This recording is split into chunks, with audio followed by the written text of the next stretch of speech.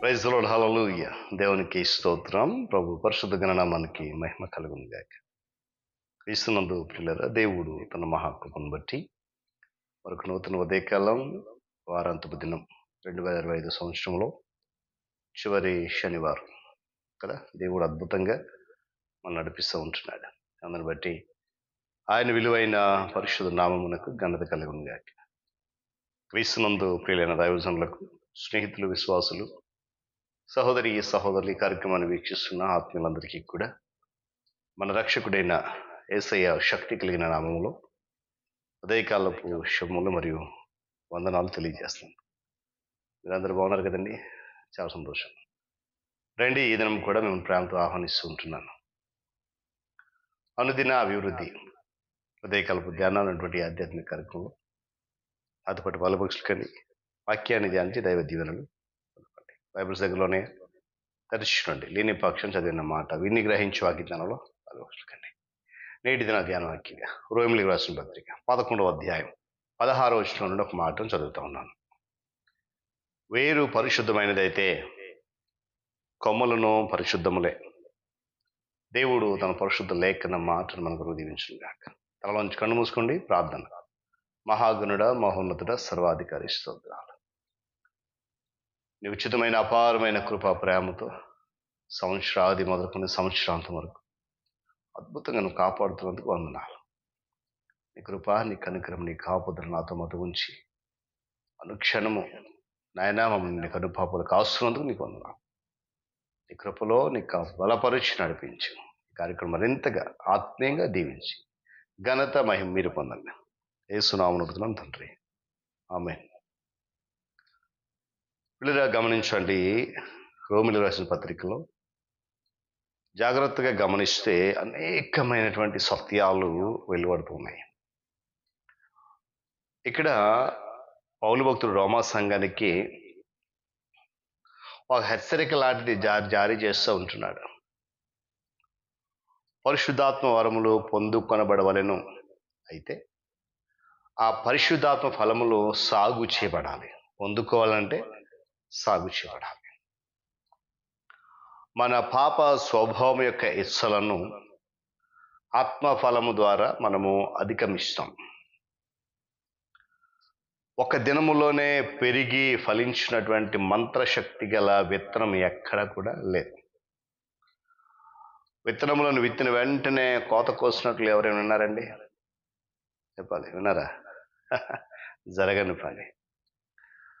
పిల్లరా, మనము పొట్టగొడుగులం కాదు, కానీ దేవుని చేత నాటబడినటువంటి చెట్లం.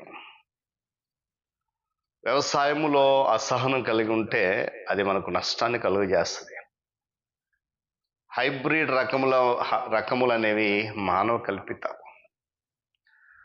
అవి మానవాతీతమైనటువంటి ప్రకృతి సంబంధమైన వాటి కంటే కూడా తక్కువైనవిగానే ఉంటాయి.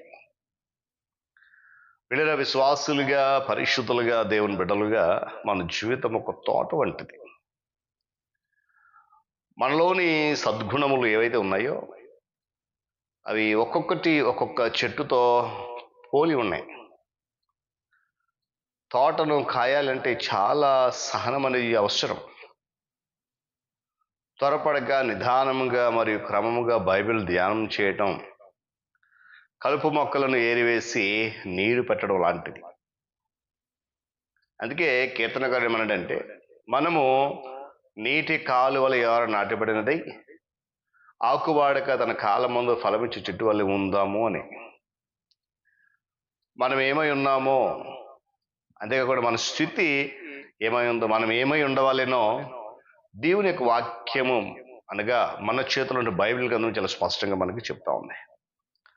అందులో ఉన్నటువంటి సత్యాలు లోతైనవే, కానీ అర్థము చేసుకోలేనంతవి కాదు. అందులో ఉన్నటువంటి సాధారణ సూచనలను వెంబడించడంలో మనము గనక యథార్థంగా ఉంటే మన జీవితంలో దినదినము రూపాంతర అనుభవం పొందుకుంటూ అనుదినము అభివృద్ధి చెందుతూ ఉంటాం. ఫలములు ఫలించడం గురించి యేసుక్రీస్తు ప్రభువారు మాట్లాడుతూ, నేను మీతో చెప్పిన మాటను బట్టి మీరు ఇప్పుడు పవిత్రులై ఉన్నారని చెప్పి ఆయన తన శిష్యులను ప్రోత్సహించాడు. పిల్లల బాహ్య అలంకరణకు ఎక్కువ సమయం పట్టదు, అది ఎక్కువసేపు కూడా నిలిచి ఉండదు. మనము నక్షత్రాలు మరియు దీపములతో అలంకరించబడుతున్నటువంటి లేక అలంకరించబడినటువంటి క్రిస్మస్ చెట్లమైతే కాదండి. మరి దేనికి అని అంటే నిలిచి ఉండి ఫలములు ఫలించుట కొరకే మనం పిలబడ్డాం. వేరును గూర్చి జాగ్రత్త పడకుండా ఇది ఏమాత్రం కూడా సాధ్యం కాదు. ఆ మొక్క యొక్క వేరు పరిశుద్ధంగా ఫలభరితంగా నిండుగా ఉంటే దాని కొమ్మలు అలాగే ఉంటాయి. అందుకే మాట మనము ఫలములు ఫలించడానికే పిలువబడ్డాం. అందుకే వేరు పరిశుద్ధమైనది అయితే కొమ్మలు కూడా పరిశుద్ధమే.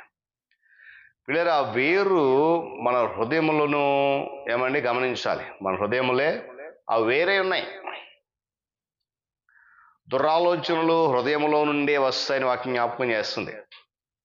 అందువల్ల హృదయాన్ని మనం ఏం చేయాలంటే భద్రంగా కాచుకొనవలెను అనేటువంటి హెచ్చరిక మనకి ఇదివరకే ఇవ్వబడింది. జీవితంలో నుండి ప్రతి ఓటమి మనకు ఒక కారణం ఉంటుందండి. గొడ్డలి చెట్టు వేరున ఏమండి ఉంచబడకపోతే స్వస్థత మరియు తిరిగి సమకూర్చబడడం అనేవి జరగవు. ఇది మెల్లగాను మరియు బాధాకరంగా ఉన్నప్పటికీ కూడా మన స్వభావంలో మార్పు తేవడమే లేక మార్పు తేవడానికి ఇదే సరైనటువంటి మార్గం. బైబిల్ ప్రకారము ధనాపేక్ష సమస్తమైన కీడులకు మూలం. ఈ రక్కసిని నిర్మూలన చేయకపోతే మన జీవితంలో అనేక రంగాలలో ఇది తల ఎత్తుతూనే ఉంటుంది. బంగారం మీద మన పట్టు సడలింపబడటమే నిజమైనటువంటి సూచన. అతి తక్కువ మంది ఈ దీవెనను ఒక్క రాత్రిలోనే పొందుకుంటారు. మన కళ్ళు నుండి పొరలు ఒక్కొక్కటిగా ఊడి రాలిపడుతూ ఉండగా ఐశ్వర్యం యొక్క వ్యర్థతను మనం చూడడానికి మొదలు పెడతాం. ఐశ్వర్యం కొరకైనటువంటి వాంఛ ఈ సంవత్సరంలో మనలో తగ్గిందా గమనించాలి. కొంతమంది మంచి కార్యం అనేటువంటి విత్తనం విత్తుతారు. వారు నిద్రపోక ఆసక్తితో ఎదురు చూస్తూ విత్తుతారు. వారు వెనుదీయక భూమిలో నాటుతుంటారు. వారు ఎక్కడికి వెళ్ళినా ఏమండి పొలములు తెల్లబారుతున్నాయి. ఉదయకాల సమయంలో పిల్లరా, నూతన సంవత్సరానికి మరికొద్ది దినాలు వెళ్ళబోతున్నాం. వేరు మరియు ఫలము. కొమ్మ ఏమండి వేరు మంచిదైతే కొమ్మలు మంచివే, వేరు పరిశుద్ధమైతే కొమ్మలు. కనుక మనము అలాంటి ఫలభరితమైన జీవితం కలిగి ఉండాలనేది ప్రభు యొక్క ప్రణాళిక. వాక్యం అదే బోధిస్తుంది. కనుక ఈ 2025 సంవత్సరంలో మనము జీవించిన జీవితాన్ని ఒకసారి వెనక్కి వెళ్ళి పరిశీలన చేసుకుంటే నూతన సంవత్సరం వెళ్ళబోయే ముందు ఎలాంటి జీవితం గడపాలో మనకు అది అర్థం. అట్టి కృప పరిశుద్ధ ఆత్మదేవుడు అనుగ్రహించి నడిపించును గాక. తనలోంచి కన్ను మూసుకుంటే ప్రార్థన. మహాగణుడును మహోన్నతుడైన మా ప్రియ ప్రలోక్త తండ్రి, మీకు వందనాలు. నీ అధికమైన కృప చేత నన్ను మమ్మల్ని బలపరుస్తూ ఆధ్యాత్మిక కార్యక్రమాలు అనేక సత్యాలు బోధిస్తున్నాం. నిజమే, వేరు పరిశుద్ధమైతే కొమ్మలు కూడా పరిశుద్ధంలే. మన హృదయాలు వేరే ఉన్నాయి. మన హృదయం మంచిదైతే మా యొక్క ప్రక్రియ ప్రవర్తన అంతా కూడా పరిశుద్ధమైతే ఉంటుంది. కనుక అట్టి స్థితిలో మేము నడవగలిగి నూతన సంవత్సరం అడుగుపెట్టే కృపద ఇచ్చేయండి. ఘనత సమస్త మహిమ మీరు పొందండి. క్రీస్తు యేసు వారి శ్రేష్టమైన నామమున అడుగుతున్నాం తండ్రి, ఆమేన్. త్రియేక దేవుని దీవెన, ఆయన సన్నిధి కాపుదల సదాకాలం మనందరికీ తోడని నడిపించును గాక. ఆమేన్.